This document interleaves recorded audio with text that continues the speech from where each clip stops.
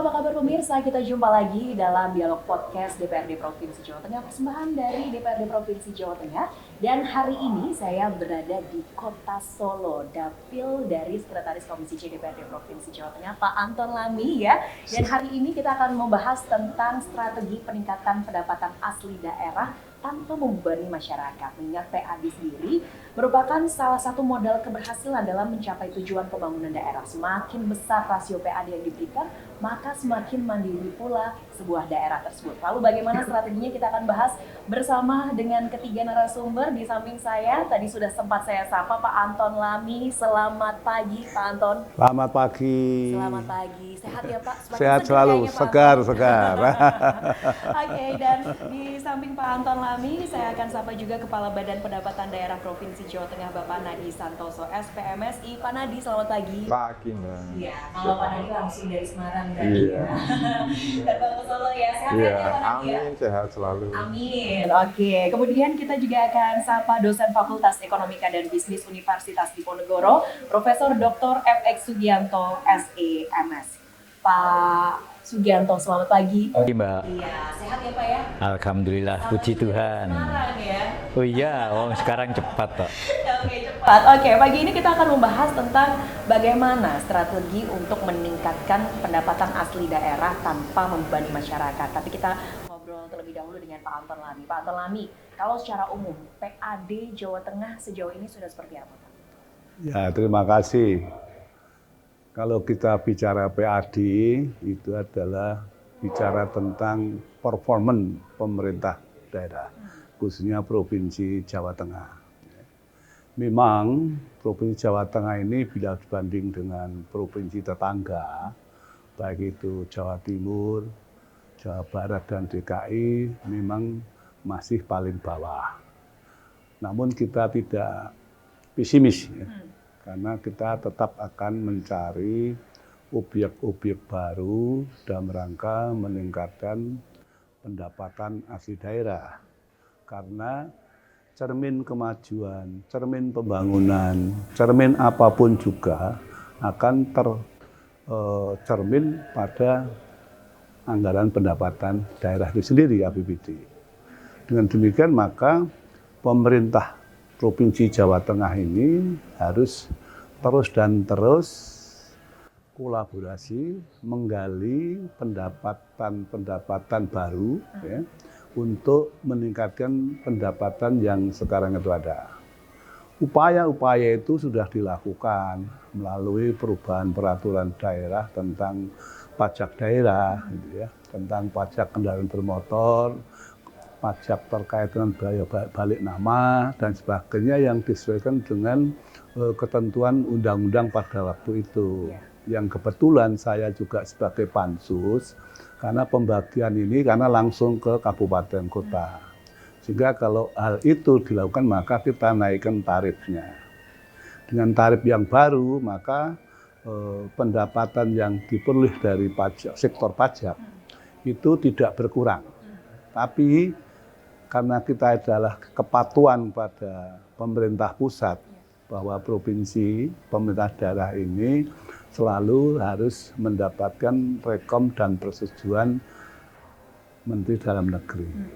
Yang tadinya kita naikkan hingga tidak membebani masyarakat untuk dikembalikan lagi pada tarif yang lama. Nah ini yang kami dan juga Badan Pendapatan Daerah ini agak pusing ya. Untuk belanja tetap jalan terus, tapi pendapatan kurang. Sehingga kita ada penyesuaian. Karena hampir 1,2 triliun dengan adanya petunjuk dari Menteri Dalam Negeri itu, akhirnya kita hitung lagi pada saat rapat badan anggaran, ya kita serahkan eksekutif untuk bisa dilaksanakan, tapi jangan sampai hal-hal yang penting tidak terbiayai khususnya untuk kepentingan rakyat. Ini yang kita lakukan. Dalam perjalanan ini kita terus dari Komisi C, kita terus membangun komunikasi dengan sektor-sektor yang kira-kira bisa dinaikkan pendapatan. Sebentar lagi kita akan melakukan rakor dengan kabupaten kota terkait tentang pajak daerah. khususnya terkait tentang pajak kendaraan bermotor. Kita lihat, Mbak, tunggakan ini luar biasa. Iya, padahal Hampir sudah banyak, diskon banyak, banyak. Itu hampir 20 triliun. Mbak. Iya. 20 triliun itu banyak banget, Mbak. Nah, ini kan perlu untuk cari langkah-langkah. Maka Komisi C dalam waktu tidak lama akan rakor, mencari bagaimana tunggakan ini bisa diselesaikan dengan baik. Ya, karena kalau masuk 10%, 50% aja sudah luar biasa itu, hampir 10 triliun tambahannya. Tapi ini tidak mudah. Upaya yang dilakukan oleh teman-teman eksekutif sudah cukup banyak. Bekerja sama dengan BUMDes, sudah. Kerjasama dengan Karang Taruna juga sudah. Kerjasama dengan koperasi sudah. Dengan kepala desa sudah. Yang mesti saya akan sampaikan adalah setelah rakor nanti yang harus mendapat perhatian adalah satu, itu bagaimana kita harus mapping yang sebenarnya. Yang kira-kira itu yang tidak mungkin ya, karena banyak kendaraan Cina pada waktu itu yang sudah tidak ada juntrungnya, tapi masih tercatat juga. Kendaraan sudah lama-lama yang dipakai petani sudah diprotoli untuk bawa rumput, bawa ini dan sebagainya. Ini juga perlu harus dievaluasi. Namun banyak juga ya, terkait tentang tunggakan pajak ini yang tanda kutip disengaja. Disengaja ini karena ada kemalasan. Pertama karena misalnya kita lihat proses balik nama dari Kabupaten A ke Kabupaten B. Itu prosesnya cukup lama dan juga ini membuat orang males.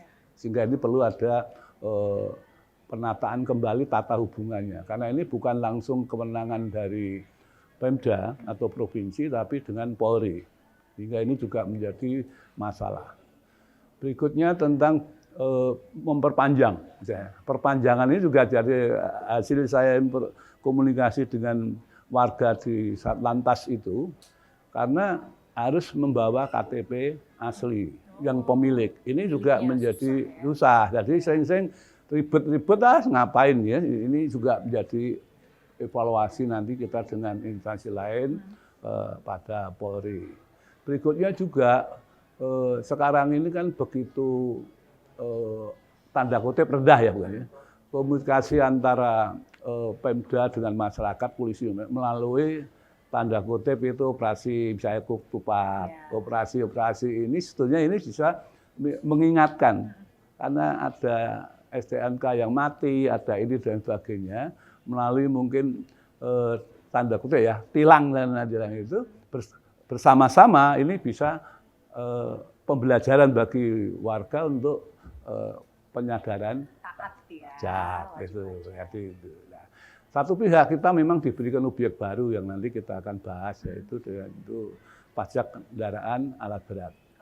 Nah, alat berat ini tahun ini sudah mulai dipungut tapi masih kecil.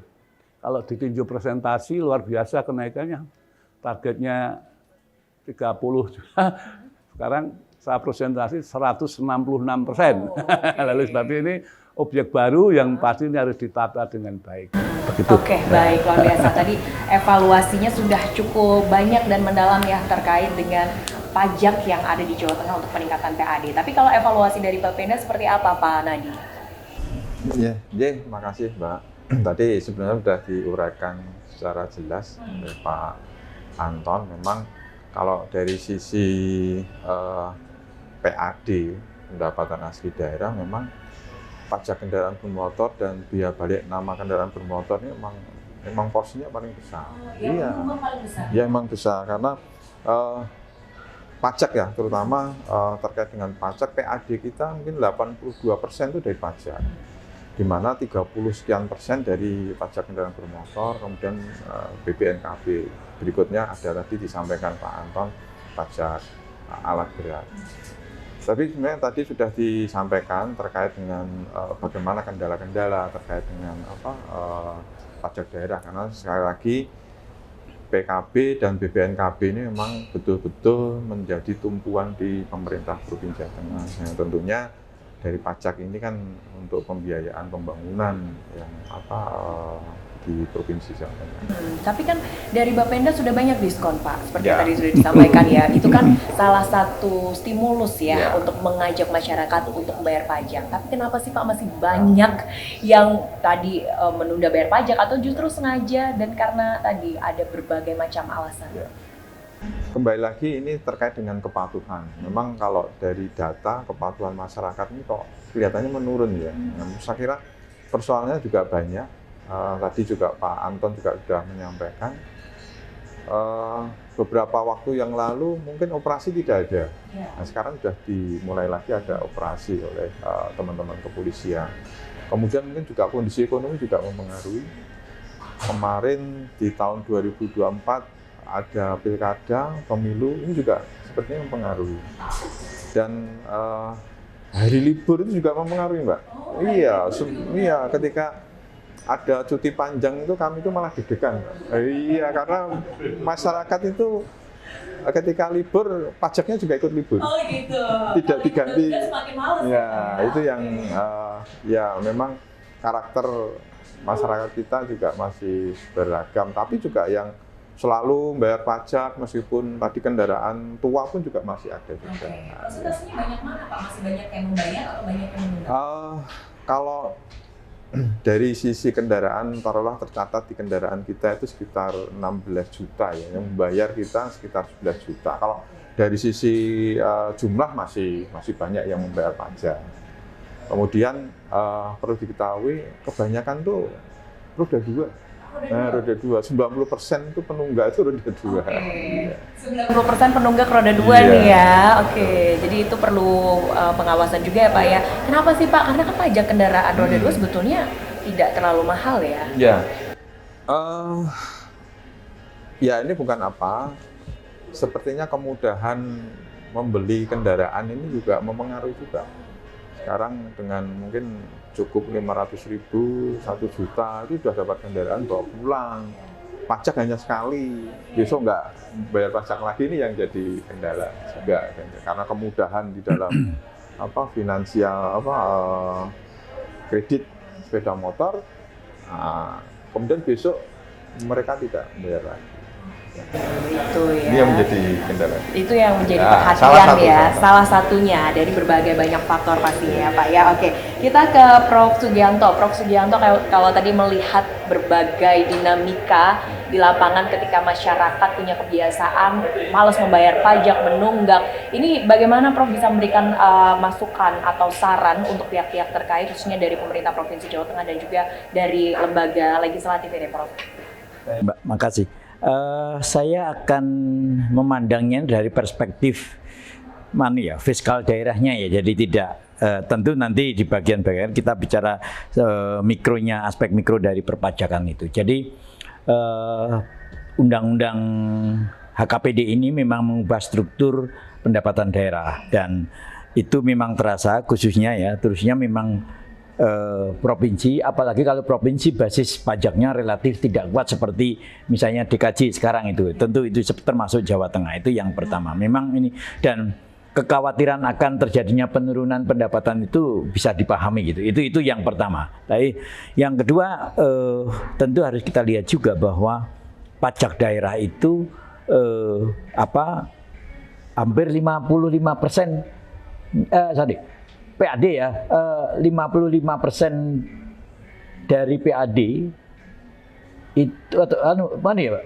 Dari 80%, ya 80%. Jadi dari PAD itu dari pajak 55% itu yang terbesar itu pajak itu poin mau yang saya sampaikan. Dan ini tentu bagi kita memang menjadi persoalan serius dari perspektif kapasitas fiskal daerah itu. Nah, saya masuk kepada yang lebih rinci itu.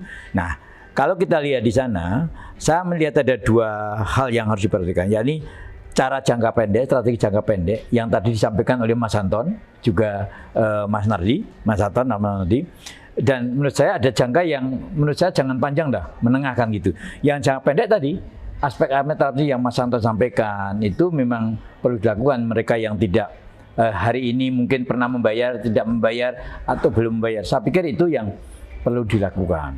Nah, yang kedua adalah yang jangka menengah. tadi Mas Anton sudah sebutkan memang 2, baru 1, tapi ada 1 lagi. Pertama adalah pajak alat berat, tadi sudah disampaikan. Yang kedua adalah opsen MBLB, opsen mineral bukan dan batuan ya, mineral bukan batuan. Jadi MBLB ya. Jadi saya tidak apa Mas nanti itu. Nah, itu sebenarnya peluang. Yang ini saya anggap sebagai aspek jangka menengah lah itu. Ada satu lagi yang sebetulnya tidak termasuk pajak, tapi dimungkinkan untuk menaikkan pendapatan asli daerah. Yakni apa? Pemanfaatan aset-aset daerah yang dimiliki oleh pemerintah daerah, yang saya pikir ini sesuatu yang sudah sangat lama menjadi perbincangan, tapi juga sangat lama pula saya melihat belum ada satu perubahan yang serius lah, kalau tidak signifikan pasti. Nah, jadi sebenarnya ada ruang untuk itu. Nah, yang jangka pendek yang tadi disebutkan Mas Anton, Mas Nadi, dan menurut saya itu harus dilakukan. Nah, nanti saya akan melihat kepada aspek yang menengah ini, yang sebenarnya ada ruang untuk meningkatkan pendapatan kembali, karena ada bagian yang dulunya diterima provinsi, sekarang harus menjadi bagian pemerintah kabupaten kota. Itu opsen pajak terbesar dari pemerintah provinsi, yakni PKB dan BPNKB ya Mas ya. Itu saya pikir ini memang harus kita pahami, sehingga perlu ada cara-cara yang lebih kreatif, lebih serius lagi, sekaligus membuka ruang. Maka saya membedakan antara jangka pendek dan jangka panjang. Menengah deh. Panjangnya enggak usah dong. Karena periodenya Mas Anton 5 tahun. Jadi targetnya Mas Anton ini gitu. Menengah saja. Lanjutkan lagi perbincangan kita, pemirsa, tetaplah bersama kami dalam Dialog Podcast DPRD Provinsi Jawa Tengah.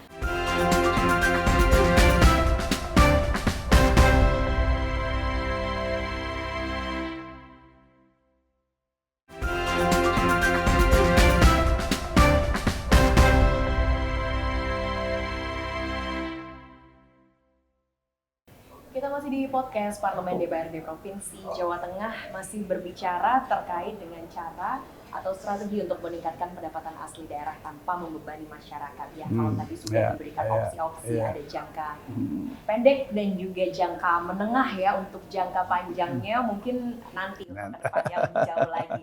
Tapi berbicara terkait regulasi, apa saja yang sudah dilakukan oleh Komisi C khususnya Pak untuk mengatur terkait dengan pajak untuk pendapatan asli daerah? Ya. Terima kasih. Jadi Komisi C ini dengan Pak Nandi tanggung jawab bagaimana cari duit sebanyak-banyaknya, kan? Tapi yang legal dan tidak menjadi beban masyarakat. Yang namanya pajak pasti itu menjadi beban, tapi jangan memperberat kan itu. Oleh karena itu Komisi C ini baru kerja keras untuk bagaimana mencari pendapatan di luar sektor pajak. Tadi sudah sampaikan Prof. Gianto terkait tentang sumber-sumber yang lain kan itu. Nah, ini yang sudah kita bicarakan, yang ini tahun ini akan kerja keras benar, yaitu yang tadi sampaikan Prof. Gianto, yaitu tentang bagaimana jangka menengah ini harus berjalan. Tentang bagaimana memanfaatkan aset daerah. Aset daerah itu kita banyak, Pak. Tapi belum dimanfaatkan saya maksimal. Tanah-tanah kita itu banyak. Ya. Yang kedua, yaitu bagaimana memaksimalkan BUMD. Ya, BUMD.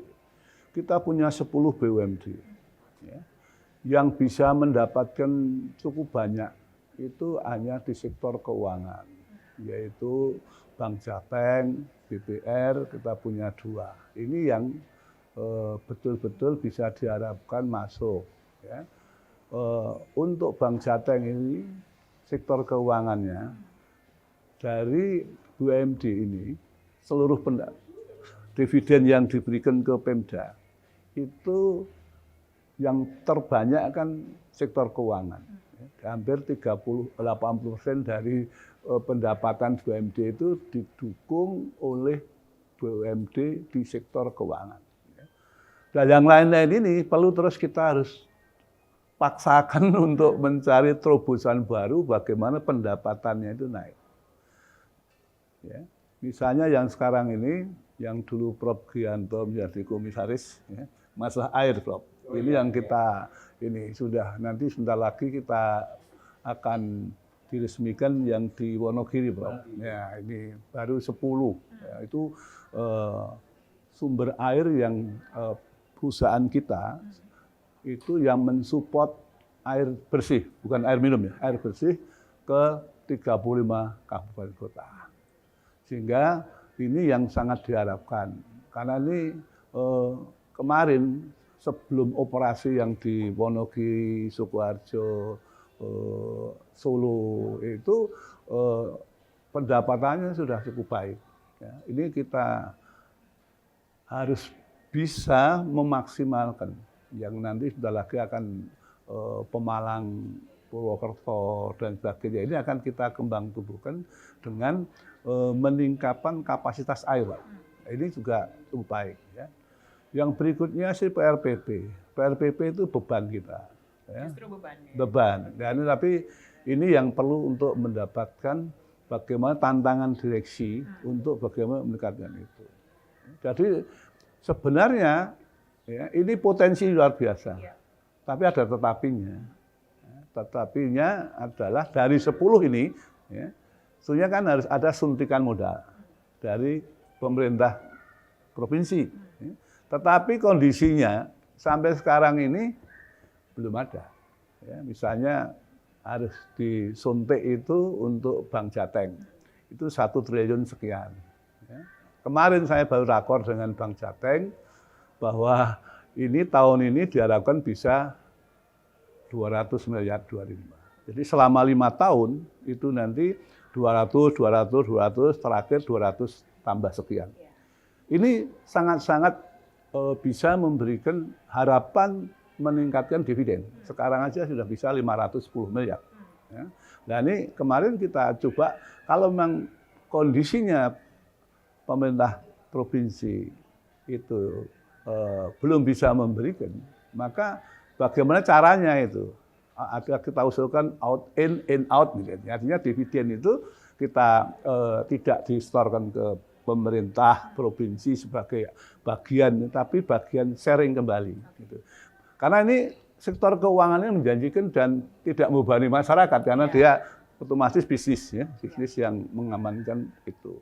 Nah aset-aset ini khususnya yang terkait tentang pertanian, yang terkait tentang usaha-usaha. Usahanya banyak sekali, Mbak, sekarang itu. Ada kontraktor juga itu, ya, membuat berbagai jenis usaha, misalnya untuk pemotongan ayam, ada juga. Ada yang terkait tentang aspal, ada ini dan sebagainya. Jadi sektor-sektor ini kita dorong untuk bisa meningkatkan, bisa bersaing dengan swasta. Nah, ini. Jadi 2 hal ini yang terus kita bangun agar direksi-direksi ini tidak hanya sekedar targetnya memasang saja, tapi betul-betul harus mengikuti analisis bisnisnya. Ya. Bisnis plan-nya seperti apa? Kemarin kita undang semua, bisnis plan-nya seperti apa? Atau 5 tahun ke depan itu, berapa yang harus diberikan kontribusi pada kita. Ini terus kita pantau terus. Kita pantau agar tidak semata-mata pajak daerah itu menjadi andalan. Oleh karena itu, saran yang harus saya berikan kepada pemerintah daerah, bagaimana caranya kewajiban pemerintah dan peraturan daerah ini untuk bisa segera diberikan. Nah ini untuk menambah modalnya. Sehingga kalau itu masuk, maka akan terjadi multiplier effect.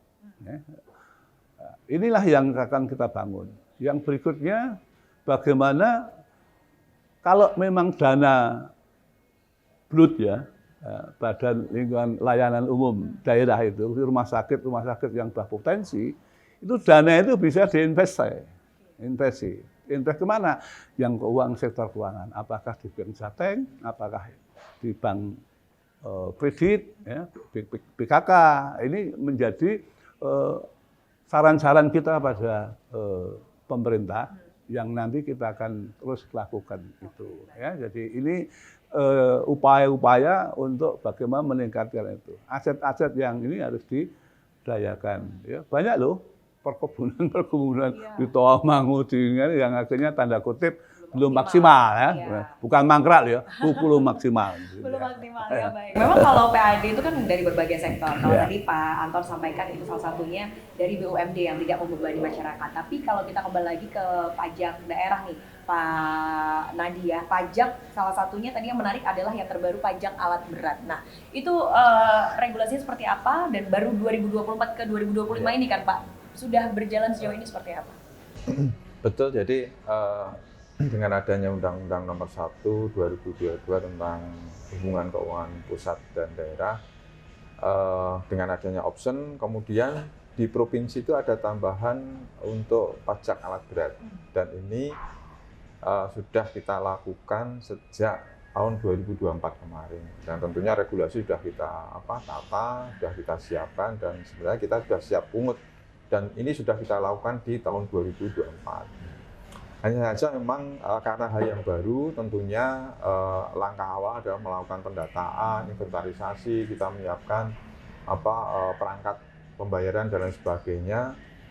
Ada hal yang memang agak sedikit ada hambatan ya terkait dengan alat berat, karena nilai jual alat berat ini yang ternyata agak sulit kita cari, karena ini kan lama nggak pernah dipungut ya, begitu kita pungut, kita itu belum mengetahui tentang ini sebenarnya harganya berapa sih, nilainya, karena itu akan menentukan jumlah pajak yang harus dipungut. Ya, ini ternyata alat berat ini jenisnya macam-macam, Prof. Iya, sehingga kita macam-macam itu dengan kita mulai memungut di tahun 2024, ya bisa sih, cuman belum bisa optimal.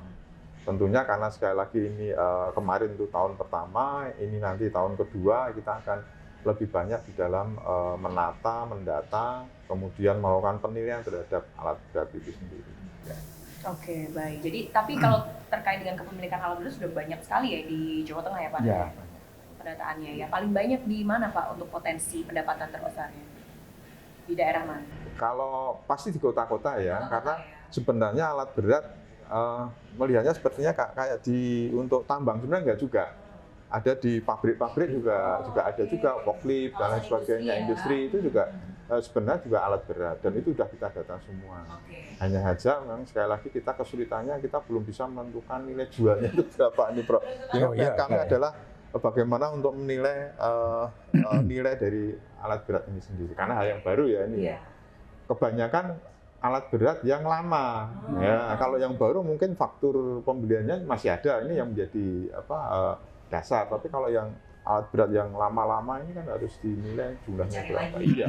Finalnya ya, oke. Kalau dari alat berat berarti potensinya cukup besar. Tapi kalau berbicara tentang kendaraan, sekarang kan sudah banyak masuk kendaraan listrik, Pak. Iya. Kendaraan listrik ini kan pajaknya sangat sangat murah. Kecil. Ya. Gimana? Membuat pendapatan menurun atau seperti apa, Pak Nadi? Bukan murah, 0%. Iya, jadi nggak dipungut. Kalau dari sisi jumlah kendaraan listrik di Jawa Tengah ini sekitar 11 plus 7 ya, sekitar 13.000 nanti. 13.000, kalau kita nominalkan ya sekitar mungkin 100 miliaran. 100 miliar. Nah, kalau kita bandingkan dengan kendaraan yang pakai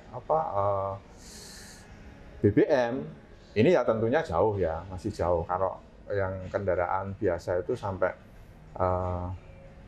5,5 triliun ya, kalau ini sekitar 100 miliar, tentunya kalau dibandingkan itu memang tidak signifikan. Tapi kalau dari sisi nilai 100 miliar ini kan lumayan kan gitu kan, sehingga mengurangi pasti mengurangi. Tapi karena ini kebijakan pemerintah, kita tidak memungut terkait dengan pajak kendaraan listrik, tentunya ya kita harus patuhi.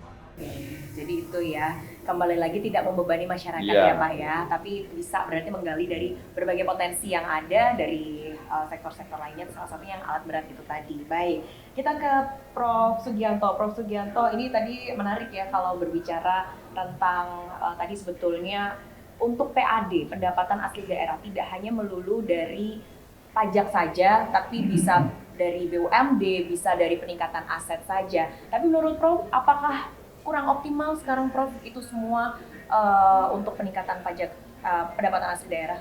Baik, ada dua hal yang mau saya soroti. Pertama tentang pajak dulu ya, baru nanti yang pendapatan non pajak seperti Mas Anton tadi sampaikan. Yang pertama tentang pajak, itu saya bukan yang intensifikasi, itu yang jangka pendek. Yang menengah tadi menurut saya menengah itu ya dalam 5 tahun, karena saya melihat periode kepemimpinan itu 5 tahun. Target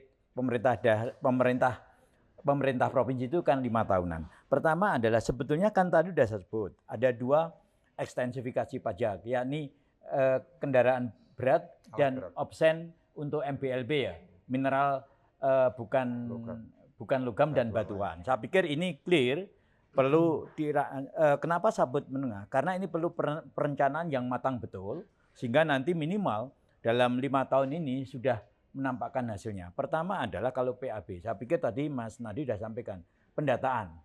Itu, jadi bagian planning. Mungkin kebijakan tahun ini fokus di itu misalnya, baru nanti tahun yang akan datang itu. Yang kedua yang sebenarnya tidak boleh dilupakan adalah kerjasama dengan pemerintah kabupaten kota, yakni opsen MBLB tadi gitu. Opsen MBLB ini kan gini, persentase tertentu dari pajak atas yang dulu disebut galian C. Dan ini adalah pajak pemerintah kabupaten kota. Nah, pemerintah provinsi akan mendapatkan persentase tertentu atas itu kan gitu. Ini yang harus clear, dan menurut saya ini jangka menengah dalam 5 tahun, dan ini harus kita angkat satu yang serius. Karena apa? Karena potensinya cukup besar sebetulnya. Yang selama ini saya mengquote supaya saya tidak membuat opini ya. Saya ambil dari CNBC ya, dari CNBC data ini ada clear dari CNBC itu di tahun 2003 dari usaha galian C itu ini Barreskrim ya, Direktur Tindak Pidana Tertentu Barreskrim Polri itu yang dan dikutip oleh CNBC tanggal 1 Desember 2023 itu baru sekitar 20% yang legal. Artinya kalau menggunakan data ini masih ada 80% yang tidak legal. Menurut saya ini perlu data yang pasti, yang valid, sehingga ini akan menjadi sumber pendapatan baik kabupaten kota dan tentu juga provinsi. Menurut saya ini sesuatu yang serius. Bagaimana yang tidak legal itu dilegalkan sehingga perlu ada data yang valid. Katakanlah dalam 80% ini per tahun misalnya ya, targetnya berapa persen lah monggo. Tapi ini harus menjadi target. Saya nggak tahu apakah pemerintah provinsi sudah menargetkan ini atau belum. Tapi menurut saya ini potensi yang cukup besar gitu. Kemudian saya mengquote dari publikasi tanggal 3 April yang disampaikan oleh waktu itu Kepala Dinas SDM Pak Sujarwanto, yakni izin tambang yang terdaftar itu baru 330 buah berizin. Jadi sebetulnya ada mekanisme yang bisa digunakan, karena apa? Mestinya kalau untuk MBLB tadi, yang dulu galian C itu izinnya oleh provinsi, pajaknya itu dikenakan oleh kabupaten kota. Sehingga sebetulnya kerjasama, kolaborasi provinsi dan kabupaten itu menjadi sebuah keharusan kalau untuk meningkatkan bersama-sama pendapatan tadi.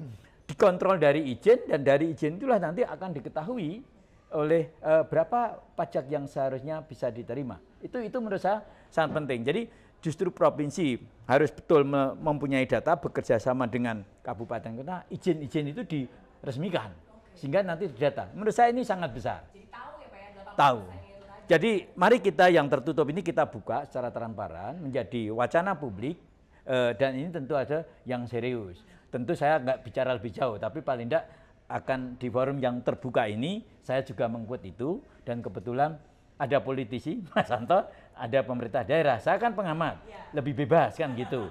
Dan saya tidak ngawur. Itu yang pertama. Jadi pertama itu. Nah, kemudian yang kedua saya masuk ke yang Mas Anton tadi sampaikan, yakni apa? Yakni BUMD dan juga aset-aset daerah. Ya, aset daerah. Nah, Mas Anton tanggal 13 Agustus 2021 Mas Anton sudah tadi komisinya berbeda. Saya diundang oleh pimpinan DPRD. Saya buka lagi itu paper saya, walaupun tidak ada perubahan-perubahan itu. Saya masuk ini.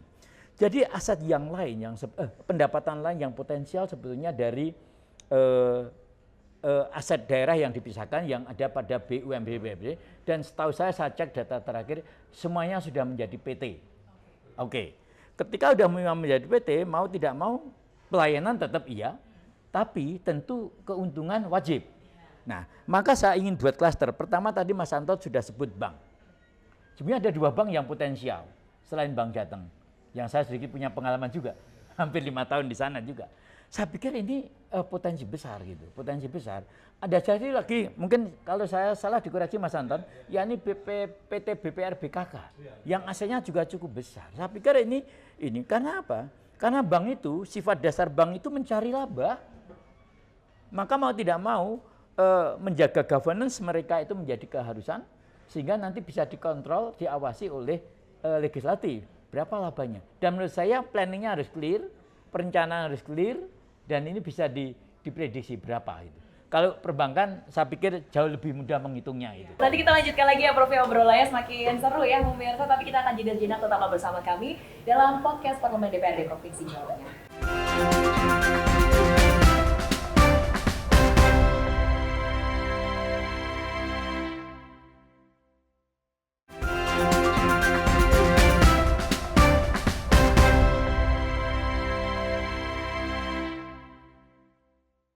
Terima kasih pemirsa Anda masih bersama kami dalam podcast Parlemen DPRD Provinsi Jawa Tengah. Kita ke Pak Anton Lami. Pak Anton Lami, tadi sudah disampaikan secara gamblang luar biasa oleh Prof Sugianto ya terkait dengan dinamika yang ada di lapangan real. Bahkan tadi Prof Sugianto juga mengatakan minta dong regulasi yang tepat untuk mengatur antara pemerintah provinsi dan juga pemerintah kabupaten kota biar sejalan. Ya, terima kasih. Karena ini otonomi daerah itu memang sering-sering kabupaten kota itu juga pengennya egoisnya masih tinggi. Saya sangat berharap ya dengan hasil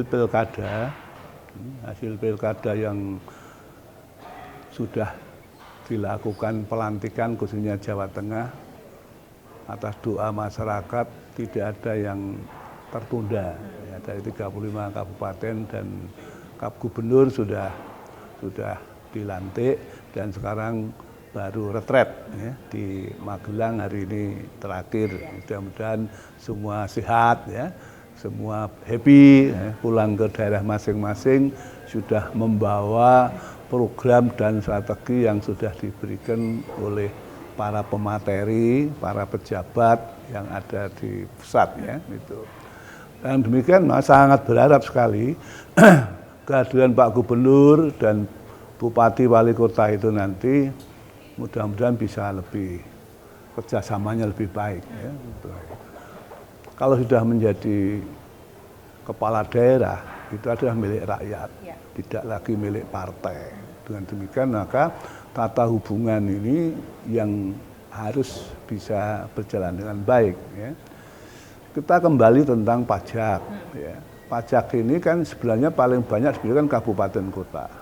Tapi gerakan apa, strategi apa yang harus dilakukan untuk bagaimana membangun kesadaran kritis masyarakat untuk membayar pajak. Yang kedua, bagaimana pemerintah daerah strateginya bagi yang nunggak-nunggak yang sekian banyak ini bisa terakomodasi, bisa disusun strateginya agar kesadaran masyarakat Jawa Tengah ini kembali bangkit dengan kepala daerah itu. Yang kedua, kerjasama yang sifatnya peningkatan PAD. Ya. Yang tadi sampaikan, ada juga yang belum mau terkait tentang pendistribusian air bersih. Ada juga bupati yang belum mau ya, yang kemarin. Mudah-mudahan ini kan ini catatan-catatan yang nanti kita akan sampaikan melalui badan anggaran yang pasti akan sampai Pak Gubernur untuk bisa hal ini bagaimana koordinasi, konsolidasi, kolaborasi ini ada antara kabupaten dan provinsi itu. Yang ini yang terkait itu. Yang ketiga tadi sampaikan juga yang terkait tentang bagaimana tadi pajak daerah yang ada komunikasi. Ya. Yang kalau dulu itu galian C, ya. Yang tadi sampaikan Prof G itu betul. Ya, itu. Tapi kita memang hanya mengeluarkan izin. Ya, izin ini sudah ada di saat tertentu, yaitu. Nah, sehingga hal ini perlu ditata hubungan tadi. Ya pastinya tidak kepala daerah, mungkin UPD yang punya tata hubungan langsung. Ya. Kalau hal ini terjadi, maka apa yang sampai Prof akan lebih bagus. Ya. Izin ini, ya. Dalam izin itu syaratnya apa lagi ya? Mungkin ada tambahan-tambahan terkait tentang bagaimana pendapatan yang ini bisa kontribusi. Ini yang menjadi perhatian kita, ya, perhatian kita. Perhatian kita apa artinya? Operasionalnya banyak. Contoh aja saya kebetulan dapilnya di Dapil 7. Ya. Klaten ini berapa ribu truk yang ngambil ini dan sebagainya. Ya. Padahal kalau catatan Probik yang sudah terekspos tadi itu baru 20%. Padahal kalau 20% sudah begitu inilah yang juga perlu. Jadi banyak hal yang masih berkomunikasi dengan itu. Maka hadirnya perguruan tinggi Prof. Gianto ini menjadi penting, lebih objektif melihatnya, ya. Karena kita itu ibaratnya dalam akuarium, gitu. Kalau Prof. Gi ini kan dari luar ngerti ini dan sebagainya, dan lebih banyak punya data, banyak bisa menyampaikan secara vulgar, ya, vulgar dan sebagainya. DPRD dan DPR beda malah, Mbak. DPRD dan kepala daerah kan satu kesatuan, jadi tidak yang kritik kepada yang kritik awake dhewe gitu loh. Artinya bukan berarti tidak bisa kritik ya, tapi ada batas-batas yang mesti harus dilakukan di mana kita harus bicara. Ya. Tidak bisa seenaknya saja. Pasti pada forum-forum tertentu, misalnya nanti kasih data Prof. Gi ini ya, pasti saya pada forum dengar pendapat ataupun rapat resmi dengan OPD dalam komisi saya selaku Komisi C bidang pendapatan, nah ini bisa kita komunikasikan. Tidak bisa diskusi dan sebagainya. Karena pengawasan kita ini pengawasan politik, tidak pengawasan eksekuting, ya, sehingga kita hanya kebijakan aja. Kalau kebijakan yang disepakati itu melanggar, lah di situ saya sempit. Nah, oleh sebab itu sangat penting hadirnya Prof. Gi ini untuk memberikan wawasan, memberikan masukan-masukan untuk bagaimana pendapatan kita itu naik, ya, dengan tidak menyakiti orang lain, ya, tidak membebani masyarakat. Nah, tadi yang sudah kami sampaikan, yang sudah direspon juga oleh Prof. Gi tentang BUMD tadi. Ya, BUMD ini 10 ini, ya, 10 ini yang bisa diharapkan itu baru 5. Yaitu tadi Bank Jateng, BBR, dan Forum BKK, itu ada 3 ini, ditambah air, ditambah yang tadi pertanian dan sebagainya. Ini baru, yang lain itu masih kecil-kecil. Yang ini masih terus kita dorong dari Komisi C, karena BUMD itu bagian kerja sama atau bagian koordinasi dengan Komisi C. Yang kebetulan saya sebagai badan anggaran, sehingga di situ nanti akan kelihatan pertengahan Maret ya Pak. Nanti kita akan menyampaikan progres pendapatannya berapa. Pasti saya pengennya terus naik. Ya. Kalau inilah tadi pepet-pepet ya harus ya. Eksekutif itu harus didorong lebih keras. Gitu, ya. Targetnya harus tinggi dan sebagainya. Caranya piye ya, ayo pikir bareng-bareng. Oke, baik. Kita ke Pak Nadi. Pak Nadi, strategi apa atau adakah inovasi-inovasi nih untuk bisa meningkatkan pendapatan asli daerah, salah satunya lewat pajak? Mungkin kalau diskon-diskon sudah termasuk salah satu inovasi ya. Tapi ada strategi-strategi lain atau tidak, Pak Nadi? Ya, ada beberapa hal yang kita lakukan ya untuk meningkatkan pendapatan, terutama kalau bicara pasti meningkatkan pendapatan. Ya, terkait dengan inovasi yang kita lakukan juga sudah banyak ya. Tadi sebenarnya sudah banyak disinggung. Sinergitas dengan kabupaten, kota ini menjadi sangat penting, utama, dan ini sudah kita mulai lakukan di tahun 2024. Kita ada kerjasama kepada seluruh 35 kabupaten kota. Jadi kita sudah tekan kontrak untuk melakukan beberapa hal yang terkait dengan pajak, terutama pajak kendaraan bermotor. Mulai dari sosialisasi, mulai dari penagihan, pendataan dan lain sebagainya, ini sudah kita komunikasikan dengan teman-teman kabupaten, termasuk dengan desa. Nah, desa juga kemarin di tahun 2024 kita sudah melibatkan sampai ke RT RW untuk melakukan semacam pendataan dan akhirnya juga penagihan. Di samping itu juga di pelayanan pembayaran juga kita sudah melibatkan di desa. Di BUMDesa ini juga sudah bisa beberapa BUMDesa sekitar 800 sekian desa atau BUMDesa yang bisa memberikan pelayanan pajak kendaraan bermotor.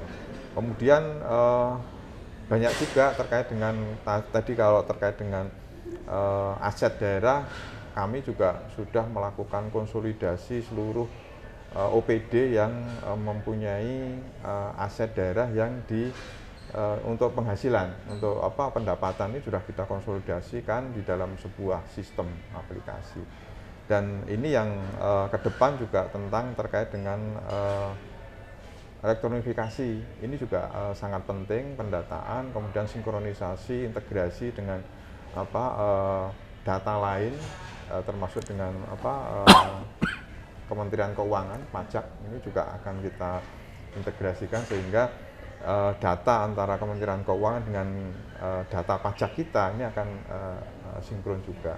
Kemudian untuk meningkatkan transparansi, kami jajaran Bapenda sudah nggak pernah menerima uang karena semua sudah ditangani di Bank Jateng. Ini pembayarannya sudah di Bank Jateng. Kami jajaran Bapenda ini sudah tidak melihat uang lagi, ini sudah tidak pegang uang lagi, tapi langsung di Bank Jateng, sehingga mulai menggunakan kris, kemudian debit dan lain sebagainya, melibatkan banyak pembayaran melalui aplikasi, ini juga sudah kita kembangkan. Oke, sudah sangat-sangat transparan ya Pak ya. Baik, Prof. Sugianto, terkait dengan pengawasan ini, bagaimana masukan dari Prof. Sugianto untuk pengawasan terkait dengan pendapatan asli daerah?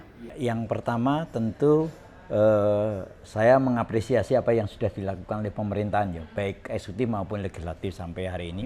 Dan saya sudut pandang saya dari sisi positif dari regulasi yang ada tanpa mengabaikan kekurangan yang ada itu. Nah, kekurangan yang ada bukan saya sampaikan. Menurut saya yang pertama memang pendataan terhadap objek-objek pajak yang valid itu sangat diperlukan.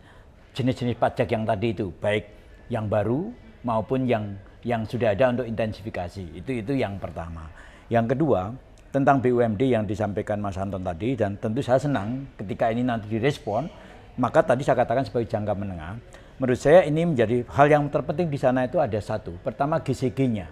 Saya pikir perlu pembenahan dari sisi GCG tata kelolanya, karena hanya dengan tata kelola yang baik, maka target-target yang mau dicapai untuk dividen dan sebagainya itu bisa diprediksi dengan lebih baik gitu. Jadi saya pikir ini serius pembenahan GCG. Jadi saya sedikit punya pengalaman tentang itu dan ini perlu dilakukan. Sekaligus juga ketika GCG diperbaiki, sekaligus target-target ini pemerintah dalam hal ini eksekutif perlu mengetahui pengawasan belinya biarlah dari teman-teman dari parlemen kan gitu. Jadi di rencana kerja itu dan intensitas komunikasi dengan pemerintah sebagai pemilik tentu menjadi sangat penting.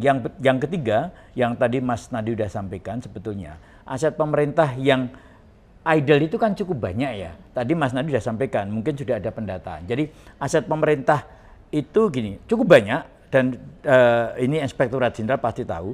Ada yang merupakan aset merupakan pendukung tupoksi, ada yang sebenarnya tidak mendukung tupoksi, seperti hotel di Tawangmangu, di Baturaden dan sebagainya. Nah ini perlu dikaji, apakah betul ini harus dikelola pemerintah, ataukah dengan cara yang lain, yang tentu saja jangan sampai pemerintah itu dirugikan kan gitu. Misalnya hotel, apakah pemerintah punya kapasitas untuk itu, mengelola hotel itu? Dulu Tawangmangu itu mungkin laku, sekarang tidak, dan mungkin sudah ketinggalan zaman. Apotek kalau masih ada misalnya. Jadi ini perlu penilaian yang mendalam terhadap aset-aset pemerintah yang tidak dipisahkan ya, aset yang belum dipisahkan atau tidak dipisahkan. Kalau yang dipisahkan jelas pertanggung jawab tata kelolanya ada di BUMD yang dimiliki pemerintah. Jadi menurut saya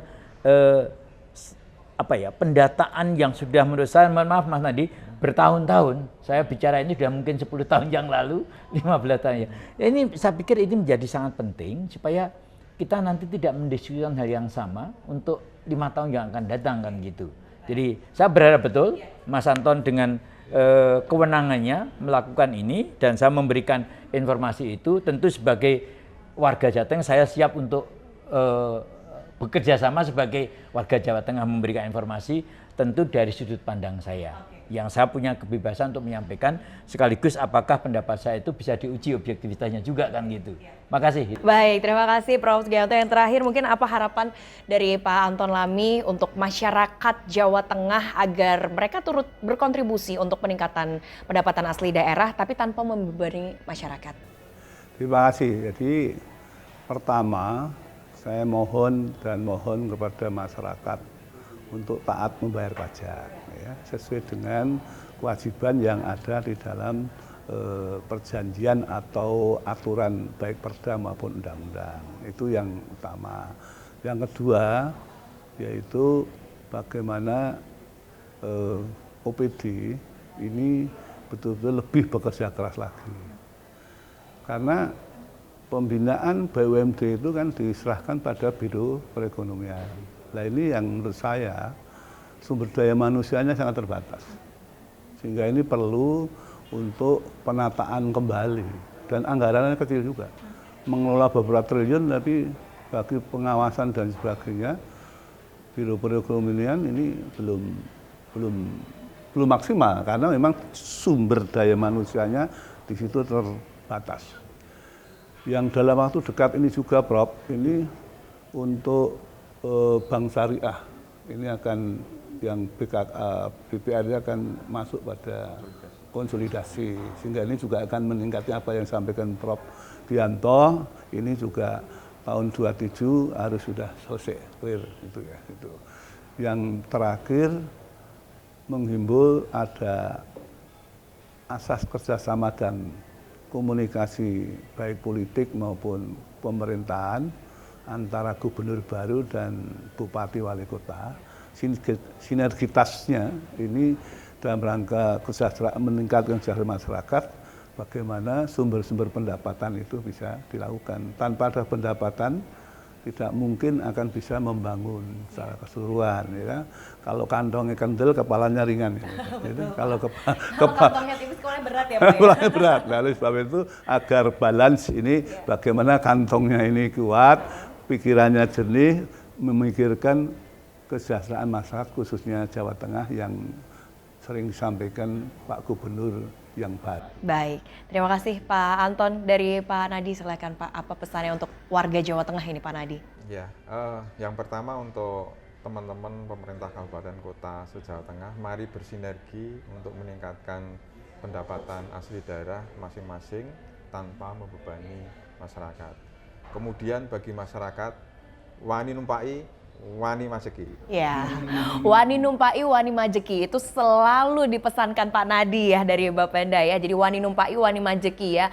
Berani naik, berani majeki ya Pak ya. Baik, terima kasih Pak Nadi. Dari Prof. Sugianto silahkan. Ya, ada dua. Yang pertama meng-highlight yang Mas Anton sampaikan, sekaligus menarismakan, yakni persoalan kita adalah persoalan yang dinamakan institusional. Hubungan antara pemerintah di atas dengan di bawahnya itu betul-betul menjadi suatu problem ya. Saya mengatakan problem karena memang ini problem kan gitu. Dan menurut saya kolaborasi ini perlu Undang-Undang HKPD sebenarnya memberikan ruang yang lebih intensif untuk itu. Pertama, jadi ini harapan sekaligus hasil riset saya menunjukkan itu, Bappenas juga menunjukkan. Yang kedua adalah mewakili masyarakat. Sebetulnya masyarakat itu akan memberikan yang terbaik yang mereka bisa sepanjang pemerintahnya itu bisa dipercaya kok. Trust. Nah, trust ini menjadi sangat penting dan itu tadi hubungan antar pemerintah sekaligus sekaligus transparansi, tata kelola yang baik, itu masyarakat mau kok. Jadi jangan salah loh, kalau nanti kita temukan masyarakat kenapa enggan membayar, menghindar pajak, karena mungkin salah satunya ya tidak terlalu punya trust kepada pemerintahan, baik dari yang paling bawah sampai kepada yang paling atas, tanpa mengatakan provinsi ya. Jadi ini penting. Dan ini banyak studi untuk itu. Jadi kami pasti akan sebagai rakyat akan pasti melakukan apa yang menjadi tanggung jawab sebagai rakyat, tapi sekaligus berharap monggo trust itu dibangun karena kita semua di sini kan sebetulnya karena saling mempercayai. Ngapain saya datang ke sini kalau tidak percaya dengan pemerintah? tapi sekaligus juga harapan. Makasih. Baik, jadi ini PR-nya bareng-bareng ya. PR untuk pemerintah, PR juga untuk warga ya. Jadi PR untuk pemerintah ini adalah meningkatkan trust, kepercayaan ya dari masyarakat agar mereka taat membayar pajak. Karena kalau dampaknya dirasakan masyarakat, pasti mereka juga senang ya, Prof ya. Baik, terima kasih untuk ketiga narasumber kami pada hari ini. Yang pertama Sekretaris Komisi C DPRD Provinsi Jawa Tengah, Bapak Dr. Andes Anton Lamiswadi MSI. Pak Anton, terima kasih sudah berbagi pandangan pagi hari ini, dan juga tadi semoga masukan-masukan dari Prof Sugianto bisa terrealisasi dengan baik ya Prof ya, karena sudah ditunggu ya Prof ya, dari 10 tahun katanya Pak. Terima kasih juga untuk Kepala Badan Pendapatan Daerah Provinsi Jawa Tengah Bapak Nadi Santoso SPMSI. Pak Nadi, terima kasih. Semoga ini warga Jateng setelah menyaksikan tayangan ini nggak nunggak-nunggak lagi bayar pajaknya ya. Terima kasih juga untuk dosen Fakultas Ekonomika dan Bisnis Universitas Diponegoro Profesor Dr. FX Sugianto SEMS. Terima kasih Prof sudah berbagi pandangan yang luar biasa atas semua pengalaman dan juga dari sisi masyarakatnya ya. Semoga sehat selalu, dan terima kasih juga untuk pemirsa yang telah menyaksikan diskusi kita pada kesempatan hari ini. Semoga setelah ini pendapatan asli daerah di Jawa Tengah dapat meningkat dari berbagai macam sektor, dan jangan lupa untuk bayar pajak untuk warga Jawa Tengah. Saya Septiana Devi undur diri, sampai jumpa.